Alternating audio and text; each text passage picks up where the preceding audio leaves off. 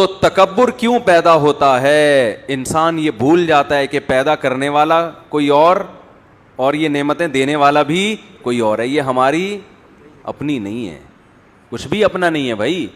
ہمارے حضرت تو یہاں تک فرمایا ہمارے حضرت نا بعض دفعہ اپنے منہ سے اپنی تعریفیں کیا کرتے تھے, جو بظاہر ٹھیک نہیں ہے نا بھائی, اپنے منہ سے اپنی تعریفیں کوئی اچھا عمل تو نہیں ہے نا. لیکن پھر آخر میں کہتے ہیں کہ الحمدللہ جب میں اپنے منہ سے اپنی تعریفیں کرتا ہوں تو میرا دل خراب ہوتا نہیں ہے, یعنی میرے اندر وہ کبر نہیں پیدا ہوتا. فرمایا وجہ اس کی ہے کہ مجھے اللہ نے ایسا استحضار دیا ہے کہ مجھے میرے دل میں یہ بات ڈال دی ہے کہ میرا اپنا کچھ ہے ہی نہیں. یہ ایسا اللہ نے میرے ذہن میں ایک چیز ڈال دی ہے کہ میں جب اپنی تعریف کر بھی رہا ہوں تو وہ مجھے لگتا ہے کہ یہ اللہ کی تعریف کر رہا ہوں, میں اپنی نہیں کر رہا, کیونکہ اللہ نے دی ہے. تو یہ بہت مشکل سے یہ مقام ملتا ہے, اور ہر آدمی پہ یہ سوٹ بھی نہیں کرتا کہ آپ بھی یہی کہیں کہ میں یوں ہوں میں یوں ہوں, اور کہیں کہ یار کیوں اپنے منہ میاں مٹھو بن رہے ہو, کیا یہ تو سب اللہ کی دین ہے. تو مقصد شو مارنا ہوتا ہے, لیکن آخر میں اس کو اللہ کی دین کہہ کے نکل جاتے ہیں. تو بعض اہل اللہ ایسے مقام تک پہنچے ہوئے ہوتے ہیں نا کہ وہ اپنی تعریف کر کے بھی ان کا نفس, ان کا دل خراب نہیں ہوتا, ان میں کبر پیدا نہیں ہوتا, شو بازی پیدا نہیں ہوتی, اس لیے کہ وہ کہتے ہیں بھائی ہمارا اپنا تو کچھ ہے ہی نہیں, تو سب اللہ کا ہے, تو ہم تو بھیک میں ملی ہوئی ہے. تو جیسے بھکاری تعریف کر رہا ہو اور اس کو یہ احساس ہو کہ ہے بیٹا یہ بھیک ہی, تو وہ خراب نہیں ہوگا. وہ بھکاری خراب ہوتا ہے جو اپنی اوقات بھول جاتا ہے. تو یہ احساس جب انسان کو ہوتا ہے نا, یہ بھیک میں ملی ہوئی چیزیں, یہ صحت, یہ نعمت, یہ دولت, حتیٰ کہ دین جو آپ کو مذہب ملا ہے نا, یہ بھی کس میں ملا ہے, اس پہ بھی فخر نہ کرو, یہ بھی بھیک میں ملا ہے. قرآن مجید میں اللہ نے ایک واقعہ بیان کیا نا, حدیث میں بڑی تفصیل میں ہے, کہ ایک صحابی نے میدان جنگ میں ایک کافر نے اسلام قبول کیا, کلمہ پڑھا, تو ان صحابی نے یہ سمجھا کہ یہ تو موت کے ڈر سے کلمہ پڑھ رہے ہیں, ان کو قتل کر دیا. جب نبی صلی اللہ علیہ وسلم کے سامنے یہ کیس آیا تو آپ بہت غضبناک ہوئے کہ بھئی تم نے کیوں قتل کیا. انہوں نے کہا یا رسول اللہ وہ تو اس سے پہلے تو کبھی کلمہ پڑھا نہیں, اب تلوار سر پر ہے تو کلمہ پڑھ رہے ہیں. تو آپ بہت غضبناک ہوئے. فرمایا ہلا شققت قلبہ, تم نے ان کے دل کو چیر کے کیوں نہیں دیکھا کہ پتہ چل جاتا کہ دل سے پڑھ رہے تھے یا زبان سے.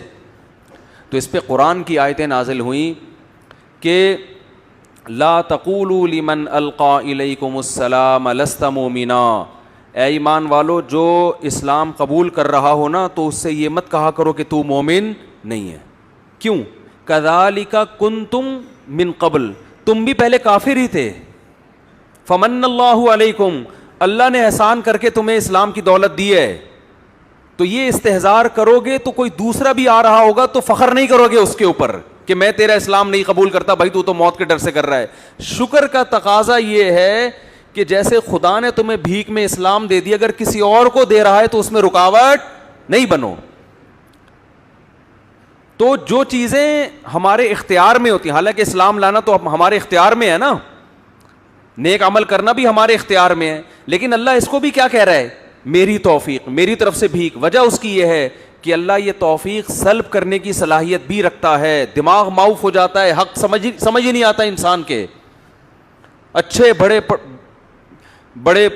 پڑھے لکھے لوگ ہوتے ہیں اور بہکنا شروع ہو جاتے ہیں, اور جو بائی بورن مسلمان ہو نا, ان کو تو ویسے ہی شکر ادا کرنا چاہیے کہ یار ہمیں تو ہمارے والدین کی وجہ سے غریبی میں اسلام مل گیا, ہمیں تو اللہ نے اس آزمائش میں ڈالا ہی نہیں. اگر غیر مسلم گھر میں پیدا ہوتے پھر ہمارے لیے کتنی بڑی آزمائش تھی, پھر سوچنا پڑتا, غور اپنے باپ دادا کے دین کو چھوڑنا پڑتا ہمیں.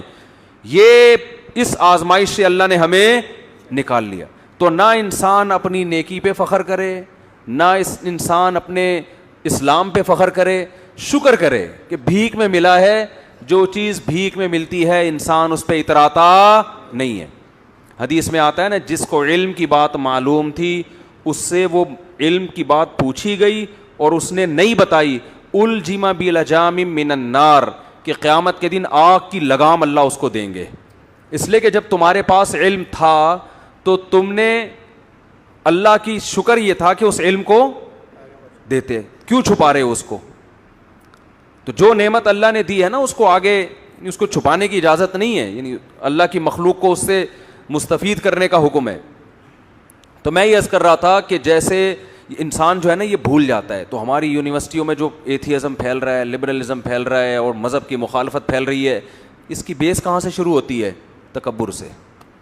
یہ سب بھول گئے بھائی, یہ نالج, یہ تعلیم, یہ ایجوکیشن, یہ جو پیٹ بھرے ہوئے ہیں, توندے بھری ہوئی ہیں, کھا رہے ہیں, ایئر کنڈیشن چل رہے ہیں, گاڑیوں میں گھوم رہے ہیں, یہ ہمارا کمال نہیں ہے, یہ خدا کی طرف سے بھیک ملی ہوئی ہے. قرآن کہہ رہا ہے انزلنا الحدید, یہ لوہا جس سے تم درجنوں چیزیں بنا, ٹوئیٹا کی اور ہونڈا کی گاڑیاں جو لے کے گھوم رہے ہیں نا روڈوں پہ, تو اللہ کہتے ہیں جن لوہے کی بنی ہے, یہ لوہا کس نے, سائنسدانوں نے تھوڑی پیدا کیا ہے, یہ میں نے زمین میں اتارا ہے. اور جب آپ اپنی گاڑی میں ڈیزل بھرتے ہو یا پیٹرول بھرتے ہو تو یہ پیدا کس نے کیا؟ یہ ایندھن یہ زمین کی رگوں میں اللہ نے پیدا کیا یہ سب کچھ. کیسا عجیب نظام ہے, اوپر گیس ہے, نیچے کیا ہے؟ ایسی ندیاں, سمندر. آپ سعودی عرب میں دمام جائیں نا, جہاں پر یہ لوڈ ہو رہا ہوتا ہے جو ڈیزل ہے یا جو بھی ایندھن نکلتا ہے, خام تیل جسے کہتے ہیں, دنیا حیران ہو جاتی ہے اسے دیکھ کر. یار اتنا زمین سے روزانہ پتہ نہیں کتنے ملین گیلن روزانہ کنٹینروں میں بھر بھر کے سعودی عرب سے ایکسپورٹ ہو رہا ہے, جہازوں میں استعمال ہو رہا ہے, گاڑیوں میں استعمال ہو رہا ہے. روزانہ آپ اندازہ لگاؤ, گاڑیاں جو ٹینکیاں بھری جاتی ہیں اور جہازوں میں استعمال ہوتا ہے اور ٹرینوں میں استعمال ہوتا ہے, اور کہاں کہاں استعمال ہو رہا ہے, یہ نکل کہاں سے رہا ہے؟ کیا کچھ زمین اپنے سینے کے اندر لے کے بیٹھی ہوئی ہے. ویسے دیکھو تو لگتا ہے کچھ بھی نہیں ہے اس کے اندر. سمندر ہے پورے کے پورے, کیسے انسان چوس چوس کے زمین کی رگوں سے نکال رہا ہے. تو جب یہ انسان کو احساس ہوتا ہے نا, دیکھو انسان دیکھتا ہے اس میکینک کو جس نے گاڑی کو بنائی, وہ کیونکہ گوروں نے بنائی ہے ان سے محبت کرنا شروع کرتا ہے. یار جاپانی بڑے ٹائٹ ہوتے ہیں, مسلمان تو ایسے ہی ہوتے ہیں, ایک گاڑی نہیں بنا سکے. اصل تو جیپنیز ہیں, کیا ٹوئیٹا گاڑی بنائی, کیا ہونڈا گاڑی بنائی انہوں نے, G L I, X L I اور پتہ نہیں کون کون سے آئی لے کے گھوم رہا ہوتا ہے آدمی, فخر کرتا ہے نا, اور انہوں نے کیا بنایا. یہ سب سے بڑی بھول ہے خدا کو, جس بھول کی وجہ سے انسان خدا کو بھولتا ہے. وہ یہ نہیں دیکھ رہا کہ جاپان کا سائنسدان ایک کیل نہیں بنا سکتا تھا اگر لوہا خدا زمین میں پیدا نہ کرتا. سمجھتے ہو کہ نہیں سمجھتے؟ انزلنا الحدید, اللہ کہتے ہیں لوہا ہم نے اتارا ہے, سائنسدانوں نے نہیں اتارا. فیہ باس شدید, جس میں زبردست لڑائی ہے, ومنافع للناس, اور لوگوں کے بے شمار فائدے ہیں. تو بے وقوف آدمی, احمق آدمی سب سے پہلے کس کو بھولتا ہے؟ پیدا کرنے والے کو, اور پھر اکڑ میں اور تکبر میں آ جاتا ہے. عقل مند جس کی عقل وحی کی تعلیمات کی روشنی میں چلتی ہے, وہ کبھی بھی تکبر میں نہیں آتا. تو میں بات وہاں سے لے کے چلا تھا کہ قوم عاد اور قوم سمود میں کو اللہ نے جسمانی نعمتوں سے بھی نوازا تھا اور معاشی ترقی سے بھی نوازا تھا. سمجھتے ہو؟ معاشی لحاظ سے بھی کھاتے پیتے, اور جسمانی لحاظ سے بھی لمبے لمبے قد کے. تو ظاہر ہے پیغمبروں کی باتیں ان کی سمجھ میں نہیں آنی تھی, کیونکہ پیٹ بھرے ہوئے تھے, عمریں لمبی لمبی تھیں اور بڑی معاشی ترقی. وما بلغوا معشار ما آتیناہم, اللہ عربوں سے کہہ رہا ہے کہ تم ان کی ترقی کے 10ویں حصے کو بھی نہیں پہنچے جو ہم نے وسائل ان کو دیے تھے. آپ اندازہ لگاؤ کہ جو قوم چٹانوں کو تراش کے پہاڑوں کے اندر محلات تعمیر کر لیتی ہو, اس قوم میں کتنی یعنی کتنا زبردست فن جانتی تھی وہ. ہم جب کبھی سفر کرتے ہیں نا, ابھی جیسے میں ادھر گلگت وغیرہ کی طرف گیا تو بہت بڑی بڑی مضبوط چٹانیں, آپ ذرا کوئی چیز لے کے ان چٹانوں کو کھودنا شروع کرو, آدمی کانپنا شروع کر دے گا کہ بھائی یہ مشینوں کے بغیر ممکن نہیں ہے. لیکن قرآن کہتا ہے کہ یہ لوگ کیا کرتے تھے, چٹانوں کو تراش کے نا چٹان کے اندر پورا محل تیار ہو جاتا تھا. تو کچھ تو قابلیت ہوگی نا اس قوم میں, وہ مشینوں سے کرتے ہوں یا ہاتھ سے کرتے ہوں, یا قرآن نے اس کا ہو سکتا ہے کوئی اتنی ترقی ہو چکی ہو, سائنسی ترقی, کہ وہ مشینوں کے ذریعے کر رہے ہوں, یہ بھی ممکن ہے. لیکن کیا ہے, اس ترقی نے انہیں خدا کے قریب لے جانے کے بجائے خدا سے دور کر دیا. یہی آج ہو رہا ہے. تبھی قرآن کہتا ہے کہ اگر ہم رزق کی ایسی فراوانی کر دیں کہ سب کے پیٹ بھریں, دنیا میں کوئی غم اور ٹینشن ہی ختم, سارے غم اور ٹینشنیں بالکل ختم ہو جائیں, تو اللہ فرماتے ہیں اس کا رزلٹ کیا ہوگا. ہونا تو یہ چاہیے سب خدا کے سامنے سجدہ ریز ہوں, سب اللہ اللہ کرنے لگیں, اللہ تو نے ہر قسم کی ٹینشن سے ہمیں کیا کر دیا ہے, آزاد. اے اللہ اب تو بیوی کی ایک ٹینشن تھی وہ بھی ختم ہو گئی, یعنی وہ نیک بن گئی وہ, یعنی کہ اے اللہ ساری ٹینشنیں ہماری ختم, اب تو عمریں بھی لمبی ہو گئیں, کرونا بھی ختم ہو گیا, اور مالی وسائل بھی, کھلا کھائیں گے تے, پنجاب میں کہتے ہیں نا کھلا کھائیں گے تے ننگا نہائیں گے, وہ بولتے ہیں اس طریقے سے, تو اب بڑے لائف کو انجوائے کریں گے, اور اب ہم تیرا شکر ادا کریں گے. اب حج بھی ٹائم پہ ہوگا, داڑھی بھی رکھیں گے, 5 ٹائم نماز بھی پڑھیں گے, اب تو کوئی ٹینشن ہے ہی نہیں. ہونا تو یہ چاہیے نا, لیکن اللہ کہتے ہیں ایسا ہوگا نہیں.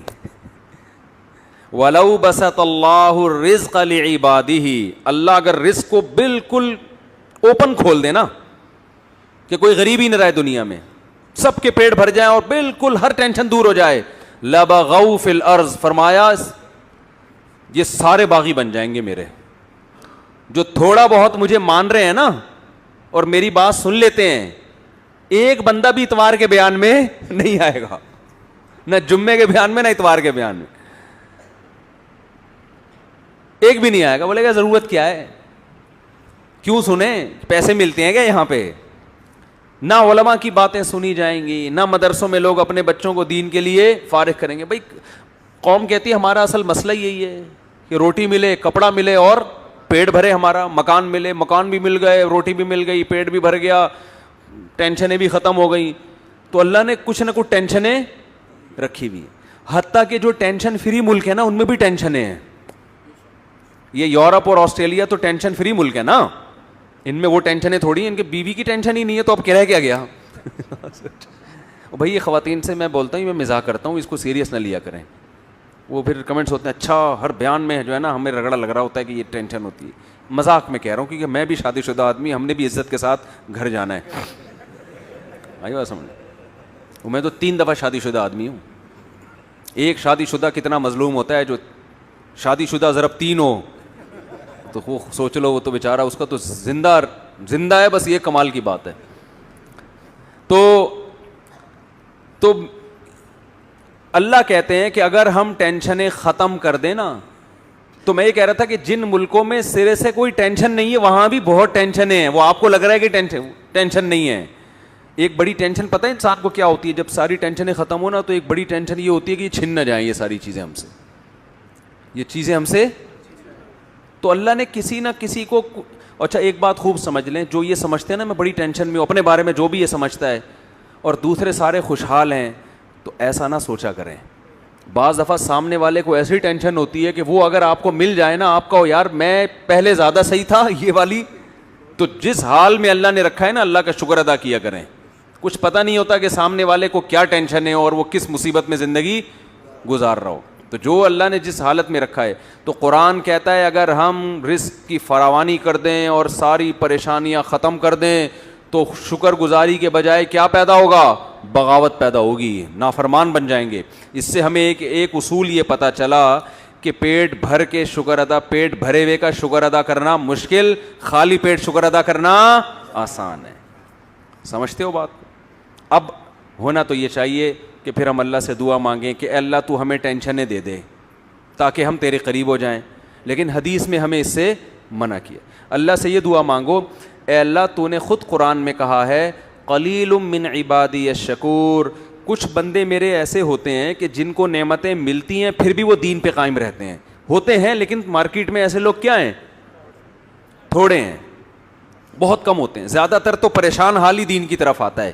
لیکن اے اللہ تو نے خود قرآن میں کہا ہے کہ 100% لوگ کبھی بھی خراب نہیں ہوتے.